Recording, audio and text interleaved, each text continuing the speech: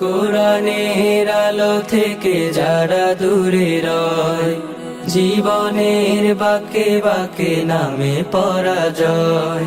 পায় না তো কখনো সে হিদায়ার জ্যোতি, অমানিশা ডেকে আনে জীবনের ক্ষয়। কোরআনের আলো থেকে যারা। বিসমিল্লাহির রহমানির রহিম।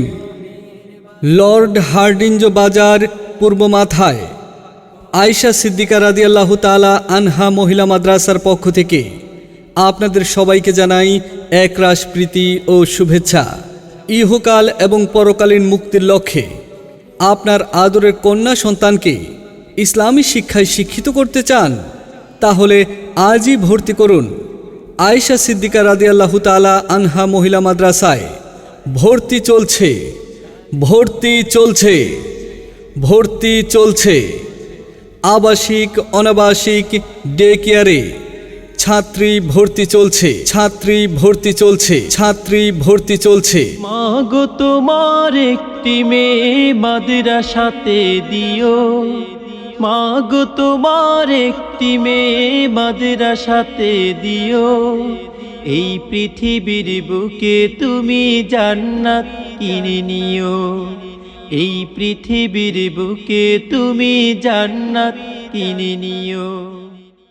আমাদের বিভাগসমূহ: আদর্শ নুরানি বিভাগ, আদর্শ নাজেরা বিভাগ, হিফজুল কোরআন বিভাগ, কিতাব বিভাগ। মনে রাখবেন, একটি জাতীয় ও আন্তর্জাতিক মানের শিক্ষা প্রতিষ্ঠান আয়েশা সিদ্দিকা রাদিয়াল্লাহু তাআলা আনহা মহিলা মাদ্রাসা, লর্ড হার্ডিঞ্জ বাজার, পূর্ব মাথা, লালমোহন ভোলা।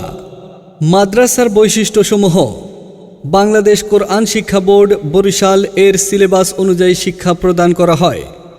মুরব্বী ওলামায়ে কেরামগণের পরামর্শে পরিচালিত দুর্বল ছাত্রীদের বিশেষ গুরুত্বারোপ। অভিজ্ঞ শিক্ষিকা মণ্ডলীর পরিচালনায় পাঠদান। কোলাহলমুক্ত সুন্দর পরিবেশে পাঠদান। সুন্দর হাতের লেখার উপর বিশেষ গুরুত্বারোপ।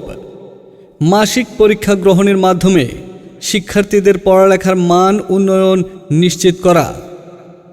লেখাপড়ার পাশাপাশি আমল আখলাক ও তরবিয়াতের প্রতি গুরুত্বারোপ। স্কুল কলেজের ছাত্রী ও বয়স্কা মহিলাদের জন্য নুরানি পদ্ধতিতে কোরআন, তালিম, নামাজ, জরুরি মাসআলা শিক্ষার সুব্যবস্থা। প্রহার নয়, মাতৃস্নেহে সুশাসনের ব্যবস্থা।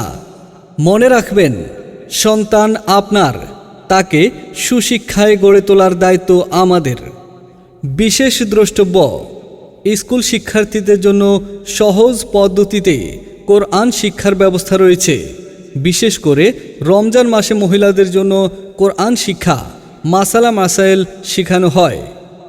ভর্তির তথ্য এবং বিস্তারিত জানতে যোগাযোগ করুন আমাদের মোবাইল নাম্বারে 01748539633।